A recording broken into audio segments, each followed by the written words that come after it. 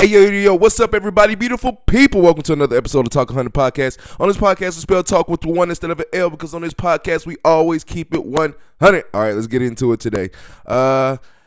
If you are new to the social media world, if you are new to what's going on, if you've been under a rock for the past years or this whole time, welcome to the world. You came at the right time and the wrong time. You came at a time to where the world is fucked up right now. World is going crazy from another cultural divide within black community and then black and white feud, racist feud, divide within the country of America, planes falling out the damn sky. I don't know about y'all and everybody else, but around this time, always in winter seasons, flu, COVID, all that bullshit is kicking everybody's ass. I feel like every time I look up, somebody is fucking sick. From somebody in my house, to me, to maybe my mom, my wife, my sister, anybody. I just look up and somebody is sick. This shit is kicking our ass. All right, the world is kicking our ass right now. But best thing to do is keep going. Keep moving forward. Put your best foot forward. Don't look back. Everything's in the past for a reason. Don't look back and try to reach for it. Go for the future. All right. The world is going crazy right now, but all we can do is have fun while we can, mind our own business, and just pray. Pray that we are not next. Pray that we can live to see another year, another day, another birthday, another Christmas, another Thanksgiving. Just pray for the days to come in the future. Can't do nothing about it. All we can do is just literally live, pray, and just hope for the best. All right, so be safe to everybody out there. Like I said, the world is crazy. There's a lot of shit that's happening, a lot of major events that's going on, a lot of things that's kind of making people argue and be divided instead of being one. Just be careful out there, okay? There's a lot of people out there that don't care. A lot of people that just going through the motions, man, and a lot of people having hard times. So you never know what anybody's going through, so don't be mean to the next person because that might be your last time being mean to anybody. You never know. All right, be safe out there. The end of Black History Month is upon us. This is the last week we are approaching on Black History Month.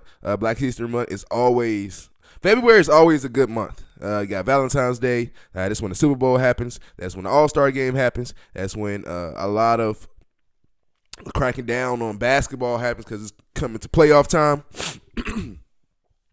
So February is always a good month for everything, and it's about to come to an end, and March is about to be up, and March is up. Okay, we got Elimination Chamber on March 1st. Then after March, got April, got WrestleMania. All of the thing is going crazy. All the thing is going crazy right now. February, like I said, it's almost. The end is almost near for February, and we got to get ready for March. March Madness. Can't wait for that. Okay. Shout out to everybody who's been really for the culture, man. For the culture. This has probably been one of the best Black History Months that I can ever think about. At least for me. I'm looking at it as in a team that won the Super Bowl. Sorry, a team that won the Super Bowl with a black quarterback and Jalen Hurts winning the Super Bowl MVP. Devontae Smith and AJ Brown, Saquon Barkley, black leaders in their respective position. All the Jalen Carter, all these guys winning that title. And then on top of winning that title for the culture, the halftime show being a straight motherfucking nigga from Compton come on to the halftime show and absolutely kills it. Black history is lit. Then, same time, guess who comes in to start guess who started off Black History crazy? Street Profits.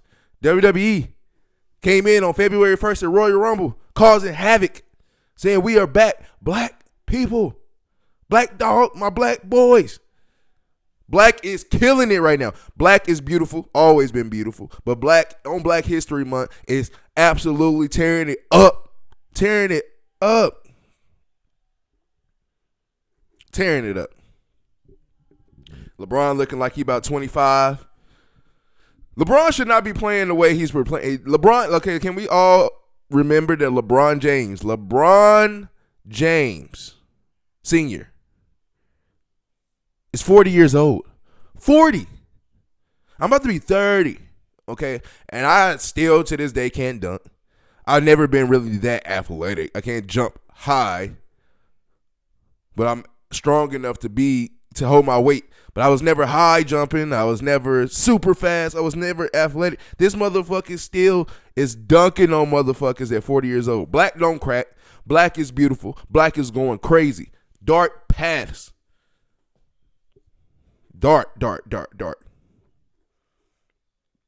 And I'm loving it. I'm fucking loving it. Okay, so Black History is almost the end, but it's Black History every day, baby. We don't need no month. It's Black History every day. So we're going to continue to pop throughout the whole year. But Black History Month, where we can celebrate it, do what we want, and feel like we're on top of the world, come on, I'm taking it. And we are killing the game right now. Killing the game. Okay.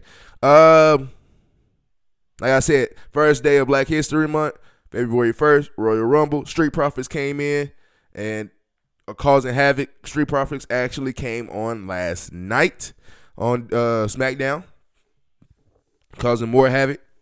They're going to be crazy. Okay. WWE is on and popping right now. It's nothing stopping the WWE. WWE is at the peak point of where we used to be with WWE, of everybody's watching, everybody's tuned in, everybody's a fan. The storylines are keeping people engaged. Luckily, my daughter has an interest in WWE, so she keeps me up and watching it and keeps me in tune and engaged with it. And I love watching it with her. Last night, actually, it was funny as last night my daughter actually went to my auntie house to spend the night with her and some other little children she had over. So having her a good time. And I ain't gonna lie, I was low-key sad because I was like, dang, where's Olivia? Because wrestling's on and I have nobody to watch it with. Like, I low-key was sad. I ain't gonna lie. But that's how much that she has got me back into WWE, and it's on and popping right now. I'm gonna tell y'all something that really got me thinking deeply. Okay, 2024 was the start of everything that's happening right now. Cat Williams, shout out to Cat Williams. He literally at the first day one of 2024 had an interview with Shannon Sharp saying, everything that you know of today is going to be exposed. The real is going to actually come out, and the fake is going to get exposed. We're going to go down dark path, like it's going to be just a hallway, just pitch black, and you have the light. Tunnel vision. Just go. Just keep going. Do not look back. If you want to die with the rest of them, you can do that. It's a dark path, a dark hallway that we are in right now, that we're just going down. And what made me really see that for sure was last night. This has started from 2024, from that Cat Williams interview, of him saying this and predicting all this. And this shit is happening. Now, fast forward, 2025, I look at WWE SmackDown last night, and I see final boss, The Rock, Dwayne The Rock Johnson, come in. First of all, announces that next year WrestleMania is going to be in New Orleans. Okay. I'm going to that. I'm already about to buy my ticket. I'm going to be in WrestleMania. First and only WrestleMania probably. It's definitely my first WrestleMania. Hopefully it's not my only, but it's going to be my first one that I'll go to and I attend. I can't wait.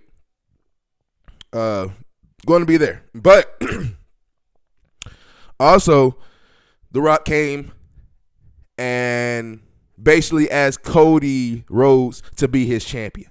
Now, you know what? You're not thinking about it. Like, be your champion. Like, what? I'm thinking it at first when I heard it. I was just like, the championship belt that he carried with the Rock symbol on it.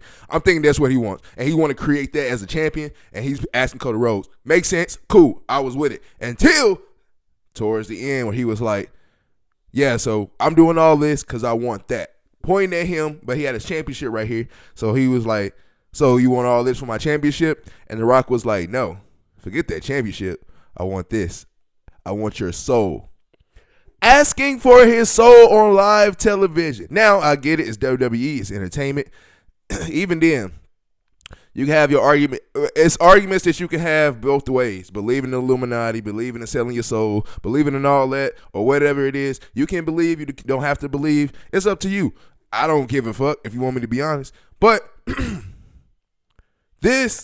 seeing The Rock do that really had me thinking about we are really in a dark path, going down a dark path, a dark hallway to no return. Because I felt the pressure that Cody had being asked by The Rock, I want your soul, and I want you to be my champion, and I will take you from here. You're already here, but I'm going to take you from here to here. Duh. I felt pressure to answer that question. I'm not Cody Rhodes. I'm not even light skinned. I'm not close to Cody Rhodes. I have black hair. I don't have blonde hair. Even brown hair when he had darker hair.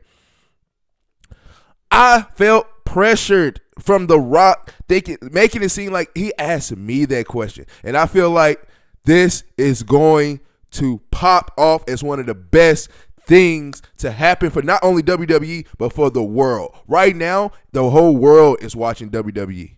The whole world. So you basically, with this skit, you have The Rock saying, I want Cody's soul. Cody's the American dream. He's the American nightmare or whatever he is. Like, he's the American story. And the story for the real American story is, being a hero, right? I want to be a hero. Everybody loves you when you're a hero. Everybody cheers for you. You are the hero. You got the cape on. And then you mess up one time. You make one mistake. You don't save one life. You become, you're not the hero that we thought you were. Civilians, regular people who can't even do half the shit that you do as a superhero are telling you you're not the superhero we thought you were. And you think that's not going to hurt me as a soul? This is how villains are created. I'm tired of doing good for people who don't appreciate it. Tired of doing good in this world, in this community, saving babies, saving people, saving old people, saving your life, and I'm not appreciated at all. Matter of fact, just got done saving life, and I get blamed for, you messed up this. Thank you for saving our life, but you messed up our city. Fuck you. What? If it wasn't for me even halfway doing anything, everybody in this city would be dead. This is how villains are created. Villains don't just be born villains, and they don't just grow up, I want to rule the world and take over the world one day. No, it's a reason why you are a villain. It's a reason why you was provoked, poking the bear to get you to be a villain. It's a reason for that. It's always a backstory reasoning for that. And right now, the reasoning for Cody being able to sell his soul to The Rock and give his soul to The Rock is saying, yeah, I love my people. I love my fans and all this, but they don't appreciate me like really. They've been calling for the past year since he won. We wanted to see Cody Rhodes win last year at WrestleMania just to finish the story, and it was a good storyline. And Roman Reigns needed to fall. Everybody hates a winner when they're winning, they're on top. We want to see that winner fall, and so that's why we was going for Cody Rhodes. And at the same time, right now, fast forward almost a year later, now everybody's calling Cody Rhodes a boring champion. You're a boring champion. You have no controversy. You want to save everybody's life. You're doing this. You want to be the good guy at all times. Fuck you being the good guy. I hate that. Okay, let me be a bad guy. No, they don't want him to be a bad guy. They just want to pick on him because he's the good guy. Hence, like I said, why villains are created for shit like that. Now, Cody goes to sell his soul to The Rock, which I believe he is going to do. I think he's going to do that. And I think this sets up a whole year and a half, or at least a year, not a half, a whole year and a month of storylines being created because he sold his soul to The Rock. Now, The Rock not being at WWE, he still can be there through Cody. That's going to be a crazy year. I think Cody sells his soul to The Rock at Elimination Chamber, and I think we don't see how that plays a part until WrestleMania when Cody Rhodes is fighting John Cena. Oops, did I spill that? I'm sorry. I didn't mean to say that. I think Cena is going to win Elimination Chamber. Cody Rhodes is going to be fighting Cena. And I think that Cena versus Cody Rhodes is going to be the first match at WrestleMania that we see how The Rock takes over Cody's soul. And the way I'm looking at it is, it's kind of like a movie type deal. Like he has access on his laptop, on his phone, and he's able to just channel in and go into Cody's body, and he's Cody. Some scary shit, man. And so going back to what this all brings back, it's literally a dark path. Everybody in the world is going down this dark path. The whole world is watching. So we're on Cody's side and we're with Cody. And with going down this dark hallway, going to make this decision and doing this and going through with this and basically saying, you know what, fuck it, I'm going to do this anyway. I want to stay alive. I want to stay wealthy. I want my kids to eat. I want my wife to eat. I need everybody eating. I got people that I'm taking care of. I need this. I want it and I need it. This is what we are going to be going through, especially in the real world. It's good that we have a storyline within something entertaining to help us escape and live through it, but we also have to snap back into reality and know that this is real. Not the WWE, but this is what we're going through life. Going down this dark tunnel, dark hallway, answering the question of, do you really want to do this, or do you want to just die slowly like everybody else? Because if you do this, it's going to be money, it's going to be fame, it's going to be power, it's going to be shit, that some things that you just cannot control, but we're going to give you all of it, but you're still under our controlment. So you can't say this, you can't do that. If you act out, if you lash out, it's because I took over your soul, I took over your body to lash out, but I'm escaping because now you're in trouble, not me. That's what it is. So this storyline alone is showing how America is now and the path we're heading to. And this story, I am all in. I'm here for this storyline. The Cody Rhodes and The Rock, because let's think about it again. Not too long ago, it wasn't even a year ago that The Rock smacked the shit out of Cody and Cody smacked the shit out The Rock. Like, everybody smacking each other and hating each other and not fucking with each other, and you fucking up the bloodline and all this. You broke up the bloodline, Cody. You did that. And yet The Rock, it just at first it didn't make sense, but The Rock asking for Cody literally is like, so we can't beat him right now and he's too good. Let's make him join us on the bad side. And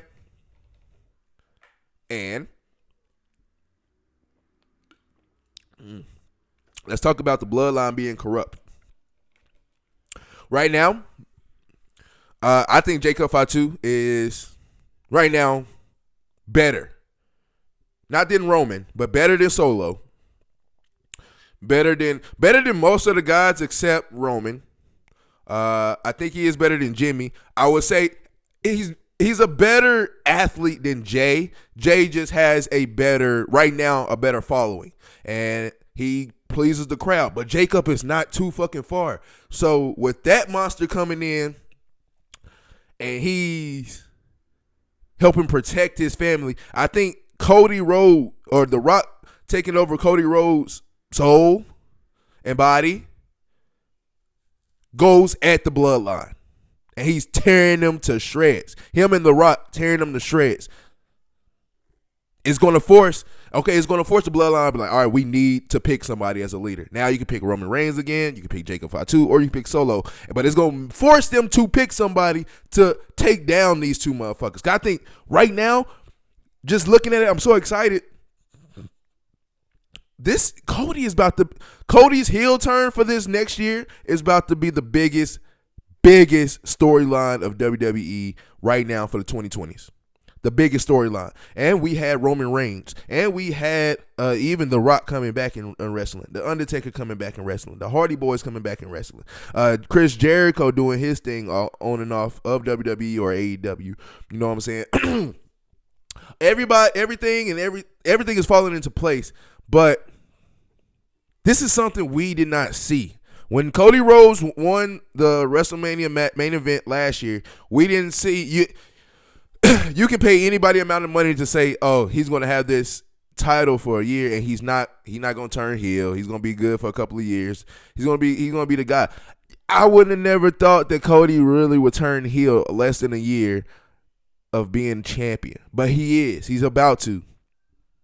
That's the only way that this makes sense. That The Rock takes over his soul. He goes in and turns Cody heel, and Cody is a bad guy after that. Now it's going to take the whole roster to stop him. And then he's going to be looked at as the bad guy. But I think it's going to fit Cody so well because of The Rock having his back. I don't like right now, I don't like the New Day being heel or bad because you can't be so good for years, and the years you've been in the WWE, you've been good this whole time. Like, it's hard to hate you. And now you turn heel, and it's not really saying hard to hate you. It's just, like y'all being villain, New Day's being villains. It's just nasty. It looks nasty. It feels nasty. I don't want no parts of it. Just go back to what y'all was doing. Cause and then Kofi is not a good heel person. Like I laugh at him. If you play heel, like if you're a heel in the WWE, people hate you. Grown ass man right now didn't fuck with Brock Lesnar. Roman Reigns, when he was doing his little heel thing, I couldn't stand Roman Reigns.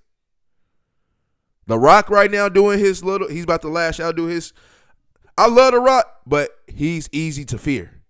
And I get like you have serious moments to where you looking and thinking like, oh my God, like you forget that it is, set up and script, but it gets you going. It gets your blood going. And when I was a kid, when I was younger, Edge made me cry. If you're a heel in the WWE, you have to be willing to be okay with getting booed. Not only getting booed, people really hating you in real life, and then destroying kids' future. You want to make it look like that you don't like kids. And Edge made me feel like he hated me. As a kid, I hate you. Oh, I cried.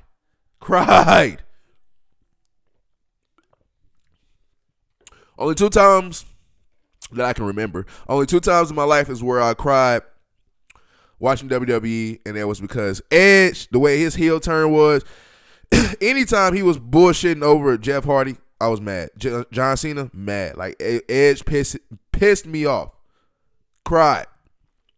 Another time, the Basham Brothers, when they used to cheat so much, and they the reason that Eddie and Chavo Guerrero broke up, I was sick. I was mad as fuck. I was crying. I'm doing it. I was pissed. So if you're a heel in WWE, be a heel. You can't be sometimey. That's why I love Jacob Fatu, man. You got a heel in Jacob Fatu who's an evil dude. His mic game is fucking fire. Dude, him on the mic is nasty. When I first saw Jacob Fatu come in, he didn't speak at all. I'm just like, all right, I guess he's going to be dominating in wrestling, but can't talk. Soon as that motherfucker started talking, Jacob Fatu, the best character right now in wrestling, as far as the mic game, fighting style, everything. He is. Now, Jey Uso is still my favorite right now. I still believe in Jey Uso. Jey Uso will be champion after WrestleMania, and he's going to have his time. He's going to have his... Oh, you know what? I just have a thought. Jey Uso becomes champion. Cody Rhodes is in his spell under The Rock, which they can then get Jey Uso to join. Something to think about. But, yeah, I still believe in Jey Uso. I think Jey Uso is going to be champion after WrestleMania. But Jacob Fatu is right now the best wrestler and best everything right now. The mic game is crazy. He can literally spit facts and spit his mouthpiece is crazy. Pause. No Diddy. But it's just crazy. It's crazy, man. Like, he's good with the mic. He is fantastic. Comes on. I love hearing Jacob Fatu talk. And then he comes in and makes an immediate impact. My daughter literally always sees him. She be like, "Oh, daddy, look, that's the man." They be coming out like she loves him. She loves him. I love him. She loves him and I love him. Yeah, man. Jacob Fatu, easily one of the best, if not the best. Not only athlete on the roster, but just the best at what he's doing. You want superstar? Jacob Fatu is future superstar. He has everybody in him, from the Roman Reigns wrestling style to the Roman Reigns aura. The Rock and the Usos too, both Jimmy and Jay. The Rock and the Usos, their mic games are crazy. Jacob Fatu has all of those. That mic game, you can wrestle like Roman Reigns, you can talk like The Rock and the Usos. It's only a matter of time before he's champion. It's only a matter of time before I call Jacob Fatu the tribal chief before or the new tribal chief before I call Solo. Solo ain't done nothing for me.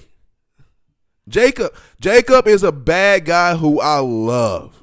When you love a bad guy, hats off to you. Same thing goes for Edge. Yes, I just said Edge made me cry back in the days, but he was so good. I loved him. Especially being an adult now, I love him. He was so good at being bad. I love him. Jacob Fatu, same way. Jacob Fatu is ready for action. Okay. Woo. There was a whole lot. Talked about that for a while. But the way that we're going with this, WWE is on and popping. It's going to be crazy for the next month and a half. It's going to be crazy for the next year of what's going to be happening. And it's setting up for how America's going to look, going down this dark path hallway. And it's either you're with us or you're against us. If you're with us, to be ready for some bullshit. If you're against us, no hurt, no shame in it, no hurtful words to you. You can be with them, but you're going to die faster. Just letting you know that now. WWE is on and popping. Can't wait.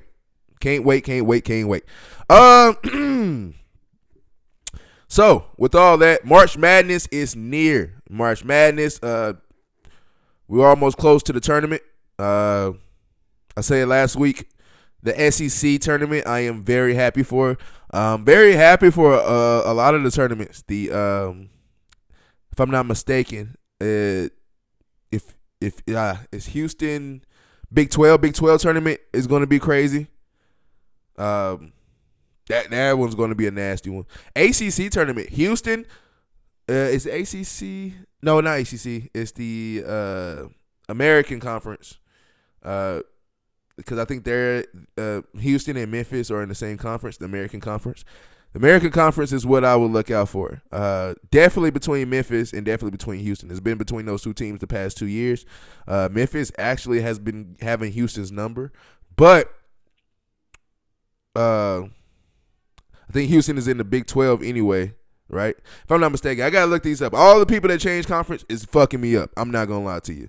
But Memphis, always a sleeper team coming into the tournament. Houston, always a sleeper team coming to the tournament. Cooper Flag is probably one of the best players in college basketball, period. I think he's an old school soul. I think he might stay another year or maybe 2 years at Duke. I don't think he's going to come right out. I wouldn't fall for the trap of everybody. We seen Cooper Flag. We seen you play for Team USA. We seen you play against LeBron, against KD. You know, all these Anthony Davis. We've seen you play against all these stars in practice. But it's a different ball game when you step into the NBA. This is night in, night out. You're playing the best of the best. And not saying you can't hang. Cooper Flag is great, and he's going to be able to hang in the NBA. But why not get that experience of college the way you're doing? Keep going. Have fun. These are grown. Think about it like this. A lot of people don't think that, but a lot of colleges, these are grown men. Only a few are that good to be starting as freshmen and going straight to the league. It's only a slim few. And even that slim few get to the league and they're not good. Barely. There's only a few that can do one and dones from college and go to the league and be good. A few that can come straight from high school, go to college and be good. Sometimes it takes being in college 2, 3, 4 years and going to the league, and then you get a fair advantage because you got experience.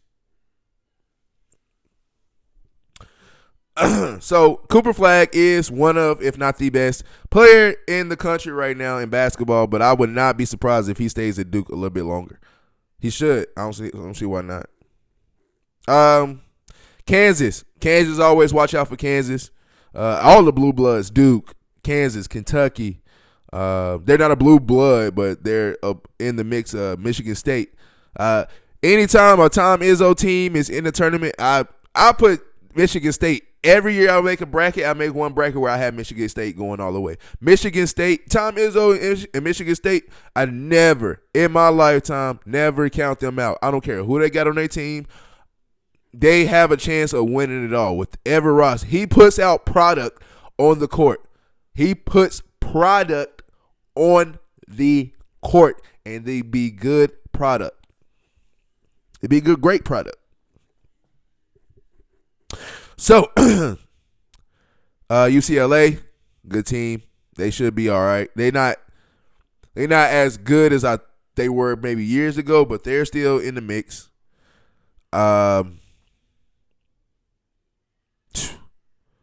Kentucky, UConn. UConn is just wait to tournament time. UConn is one of those teams, just wait to tournament time. Now, if they go in tournament time and start whooping niggas' asses again, we know why. But wait for tournament time. Now, I will have a challenge going on.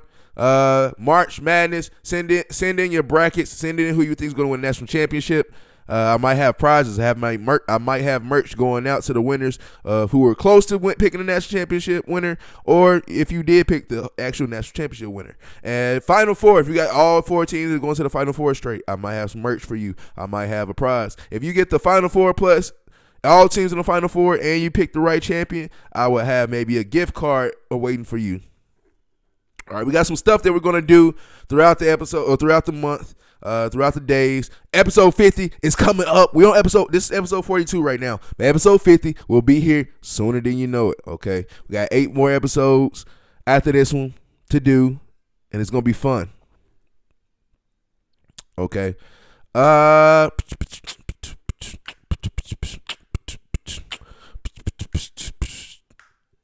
Can't wait for March Madness. Can't wait for March Madness. Madness.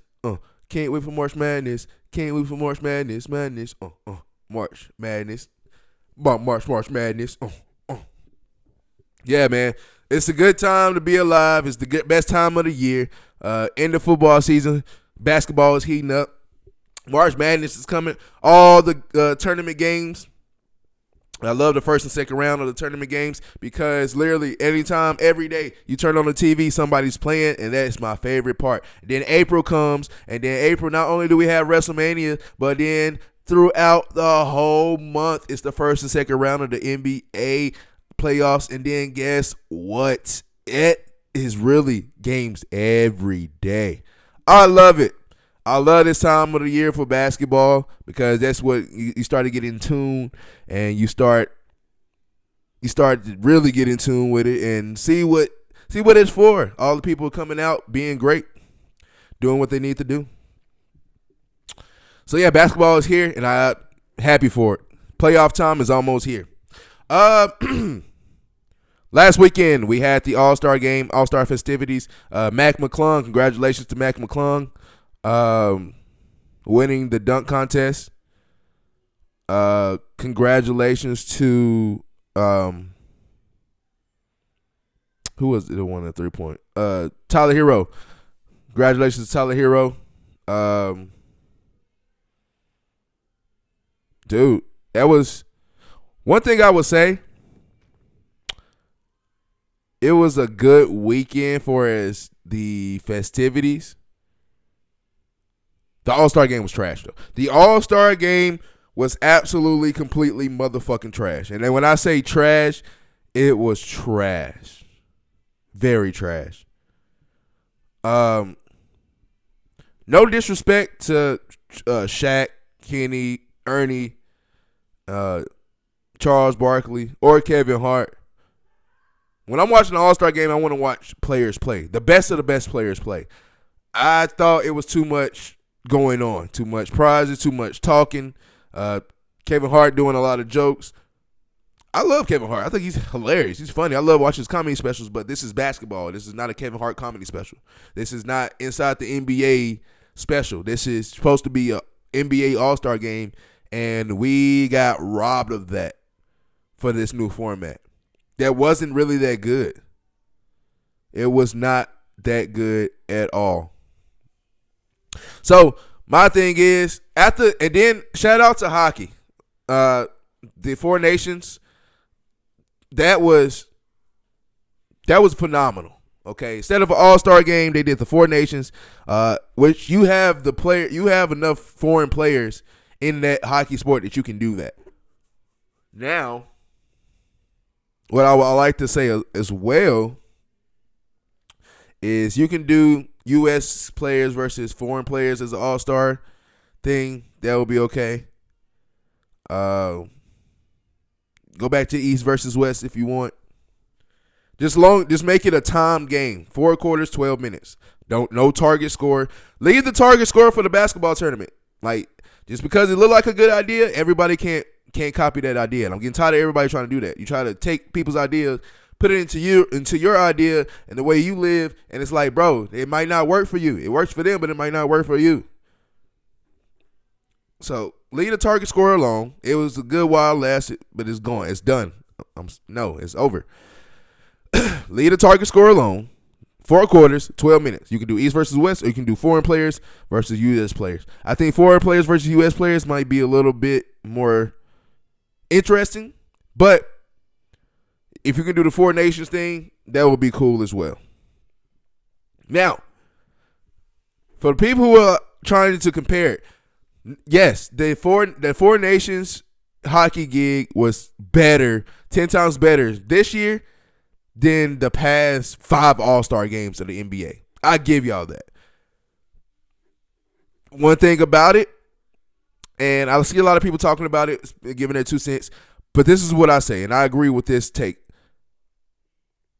Hockey is more comparable to football than basketball. Now, hockey plays a lot of games, and they got 7-game series that makes it look like basketball, but it's so much physical like football. And unlike football and unlike basketball, you can fight in hockey. Please, please, please. If you want people to have passion, if you want people to play for the person next to them, if you want people to take it serious of playing basketball, like the way they took hockey being serious, or if you want people to take playing football series and Pro Bowls, like they just did with the Four Nations, Four Nations in hockey, allow players to talk shit, allow players to get in scuffles. Now, I'm not saying full on fight. I don't want to watch full on fights. I don't. But I would love to see if you get in a scuffle or you got a pushing match, a shoving match, if you're screaming and yelling at somebody, they shouldn't get texts. They shouldn't get personal fouls. They shouldn't be kicked out of games. Sports are an emotional thing. When you're on the gridiron, when you're on the court, when you're doing something passionate, emotions come out. I cry. I laugh. I feel. I'm hurting. I'm doing everything to win the game. And you as the refs, you as a commissioner for the NFL and the NBA are taking that passion away from us. That joy, you're taking it away from us. Leave the players alone. Let them play. You're so focused in on trying to find a personal foul to call, on trying to find a reason to give you a tech, Oh, don't yell at me. That's a tech. Do your job. Call the game. Let's fucking go home. Nobody asked for unnecessary technical fouls. Nobody asked for unnecessary personal fouls. Why do we have that? Let people, if somebody's pushing and shoving, I get it. You don't want that to escalate, I get that. Malice in the Palace, that's a perfect example of why you don't want that to happen. Very perfect. I get you. I get that. But please stop trying to you're taking the emotions out of the sport, and that's taking the passion out of it. That's why I don't want to do the All-Star game so fully. I don't want to do the Pro Bowl, giving it my all in the Pro Bowl. Why? Because why am I giving my all in this when I try to give my all in regular season and they took it away from me? They told me to calm my ass down. Calm your black ass down.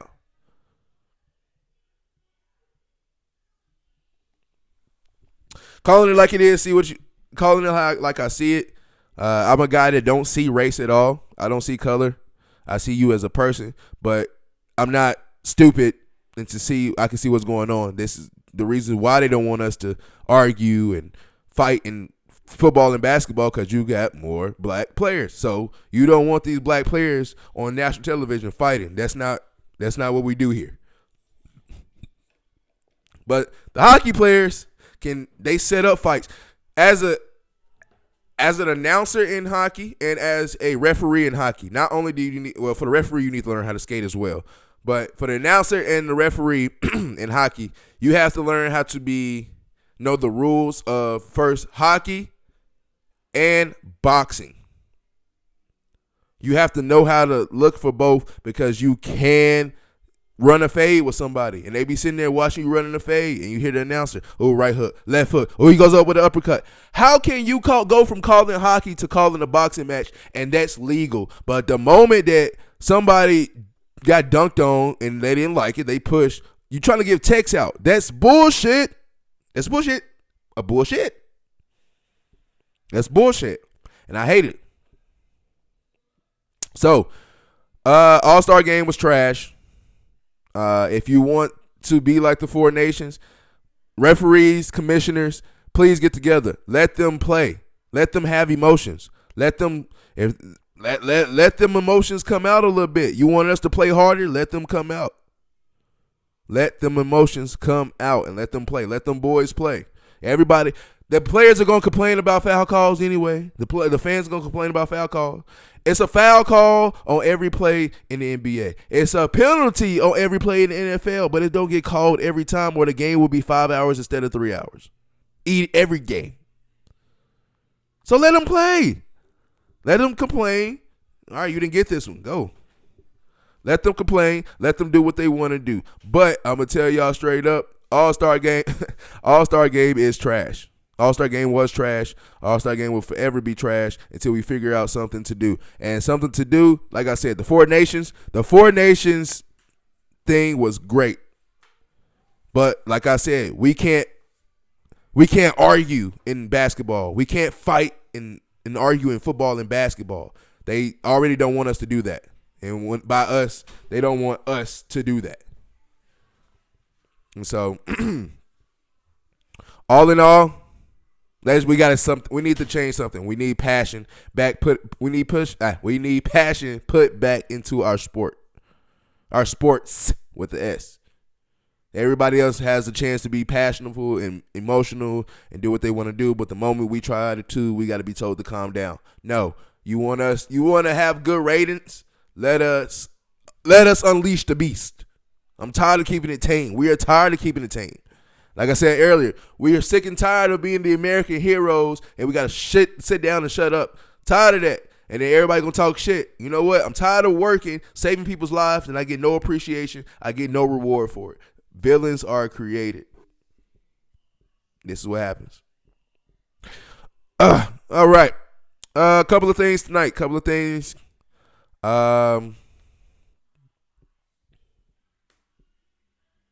Tonight we have a basketball game. Los Angeles Lakers are playing the Denver Nuggets in Denver on ABC tonight. It's going to be a good, phenomenal game. I'm not sure if LeBron or Luka is playing, which I'm pretty sure they are. Denver are the 6-point favorites.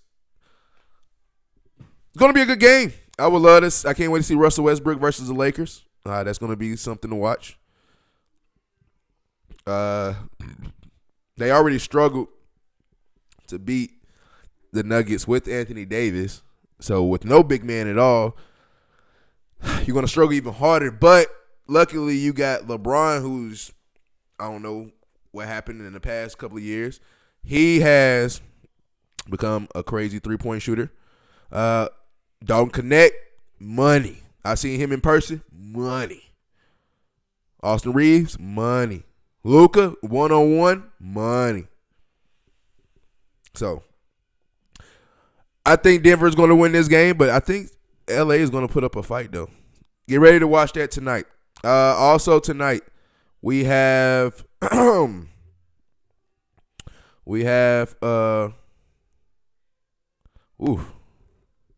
these are some names on these people.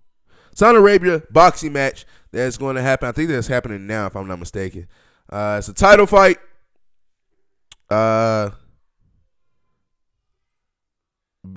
Betibirif and Baval. I'm still new to this guy, so hang with me on these names. Okay. And then next week, March 1st, we got Gervonta Davis. That's the one I can't wait to see next week. And then also tonight, we got Cejudo versus Song in the UFC bantamweight division. It's a matchup in Seattle tonight. Can't wait for that to happen. So, yeah, we got a lot of things going on tonight. We got some shit that we need to watch. All of that is going on tonight. Yeah, until next time. Thank you guys so much for joining me on Ta1k Podcast. We got another episode down in the books, episode 42. Can't wait for this to release and show you guys. Episode 50 is coming close, coming soon. Can't wait for that. Yeah, man, get ready for what's about to happen within the next year and a half, man. America's about to take a dark turn, but be ready for the ride. And don't put your head down and don't get down. Look forward, not backwards.